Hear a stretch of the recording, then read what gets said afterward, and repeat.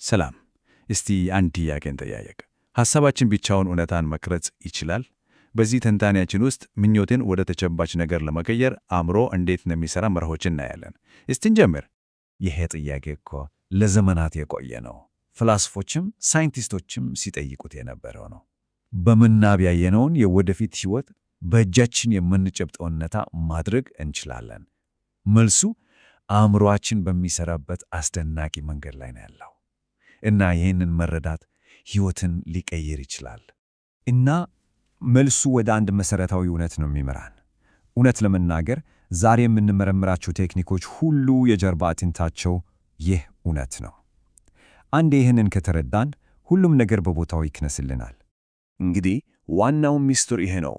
አእምሮአችን በእውነተኛ ልምድ እና በሐሳብ ብቻ በጣም በዝርዝር በምናየው ምስል መካከል ምንም ልዩነት አያደርግ። ለአእምሮአችን ማየት ማመን ብቻ አይደለም፣ ማየት መሆንም ነው። ይህንን በጣም ኃይለኛ መሬ እንዴት ለራሳችን ጥቅም እንደምናውለው አብረን እንይ። ስለዚህ መጀመሪያ ላይ ለአእምሮአችን እንደ የተጠቃሚ መመሪያ ሊታዩ የሚችሉ መሠረታዊ ሕጎችን እንመረምራለን። ያው እነዚህን ሕጎች ሳናውቅ ለውጥ ለማምጣት መሞከር ኮምፒውተርን ያለ ኦፕሬቲንግ ሲስተም ለማስኬድ እንደመሞከር ነው። አይቻልም። እኔ ነኝ ብለን የምንናገረው ነገር ሁሉ ለስውር አእምሮአችን የሚሰጥ ቀጥተኛ ትዕዛዝ ነው ማለት ነው።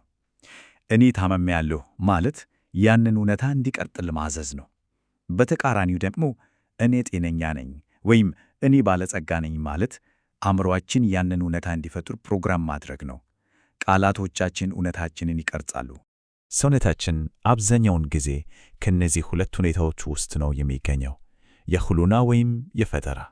እውነተኛ ለውጥ የሚጀምረው ከፍርሃት ወደ መተማመን ስንሸጋገር ነው። ታዲያ ይህንን ሽግግር እንዴት ነው የምናደርገው? የምንፈልገውን የወደፊት ሕይወት አሁን እንደደረሰበት በማሰብ እና ከልብ በመነጨ ምስጋና ስሜታችንን በማጥለቅለቅ ነው። እሺ፣ ጥሩ።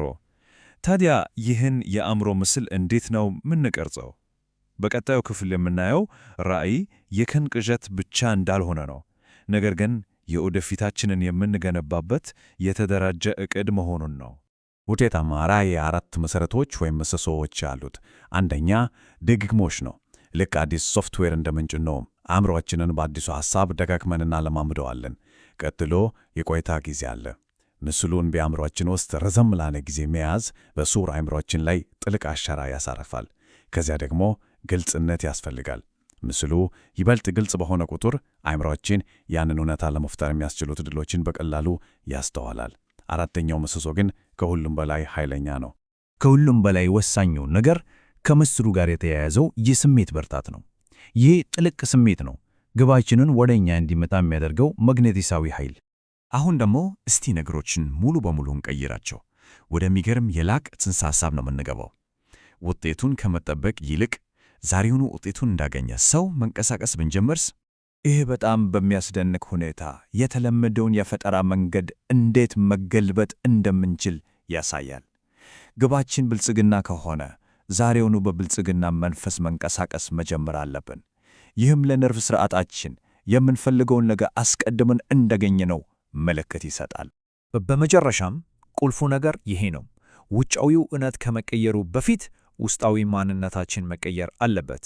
ስለዚህ ጥያቄው ምን እፈልጋለሁ ብቻ ሳይሆን የምፈልገውን ነገር ያገኘው ሰው ማን ነው፣ እንዴት ነው የሚያስበው፣ እንዴት ይንቀሳቀሳል የሚል መሆን አለበት። እንግዲህ ንድፈ ሐሳቡን አይተናል። አሪፍ። አሁን ግን እስቲ ወደ ተጨባጭው ዓለም እንውረድ።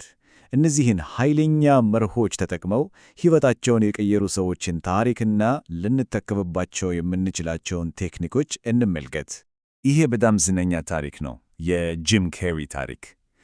ለራሱ $10 ሚሊዮን ቼክ በመጻፍና ለዓመታት ያንን ስኬት በምናቡ በጥልቀት በመሳል በመጨረሻም እውነተኛው ዓለም አእምሮን ትንበያ እንዲያሟላ አድርጓል። ልክ $10 ሚሊዮን ብዙ ገንዘብ እፈልጋለሁ አላለም። አይደለም። በጣም ግልጽ ሊለካ የሚችል ግብ ነው ያስቀመጠው። ይሄ ዝርዝር ግልጽነት ለስውር አእምሮአችን ልክ እንደ ጂፒኤስ መጋጠሚያ ነው። ወዴት መሄድ እንዳለበት በትክክል ይነግረዋል። ከዚህም በላይ ሂደቱን የሚያፋጥኑ የአእምሮ ሐኮች የምንላቸው ነገሮች አሉ። ለምሳሌ የኦሎምፒክ አትሌቶች ውድድሩን በአእምሯቸው ደጋግመው በማሸነፍ ሰውነታቸውን ለስኬት ያዘጋጃሉ። ሌላው ኃይለኛ መንገድ ደግሞ የቴታ ሁኔታን መጠቀቅ ነው። ያ ወደ እንቅልፍ ስናልፍ አእምሯችን ፍጥነቱን ይቀንሳል። ንቁ አእምሯችን ሲረጋጋ በቀጥታ ከሱር አእምሮ ጋር መገናኘት ይቻላል። በዚህ ወቅት አዲስ ፕሮግራም በቀጥታ ወደ ሱር አእምሮ ማስገባት ይቻላል። ይህም ልክ እንደ ራስን ሂፕኖሲስ ያገለግላል። በጣም መሰረታዊ በሆነ የፊዚክስ ደረጃ ሁሉም ነገር ኃይል ነው። ሁሉም ነገር ይንቀጠቀጣል። ስሜቶችንም የራሳቸው የንዝረት ፍሪኩዌንሲ አላቸው። እንደ ፍርሃትና ሀፍረት ያሉ ዝቅተኛ ንዝረቶች ተመሳሳይ ከባድ ሁኔታዎችን ሲስቡ፣ እንደ ምስጋናና ፍቅር ያሉ ከፍተኛ ንዝረቶች ደግሞ ብልጽግናና ደስታን ወደ ሕይወታችን ይስበው። እውነት ለመናገር ይህ ጉዞ ቀላል አይደለም። ከአሮጌው ማንነት ወደ አዲሱ መሻገር ቁርጠኝነት ይጠየቃል። ይህ ማለት በየቀኑ በየሰዓቱ በአዲሱ የስሜት ሁኔታ ውስጥ ለመቆየት መወሰን ማለት ነው። አእምሯችን ወደ ድሮ የጭንቀትና የፍርሃት ልማድ ሊመልሰን ሲሞክር እኔ ያ ሰው አይደለሁም ብሎ በንቃት መምረትን ይጠየቃል። እናም በመጨረሻ ላይ ልናስብበት የሚገባው ጥያቄ ይሄ ይመስለኛል። አዲስ አይነት ነገርን ለመሳብ ዛሬ ማን መሆን አለብን? መልሱ የሁላችንም ጉዞ መነሻ ነው።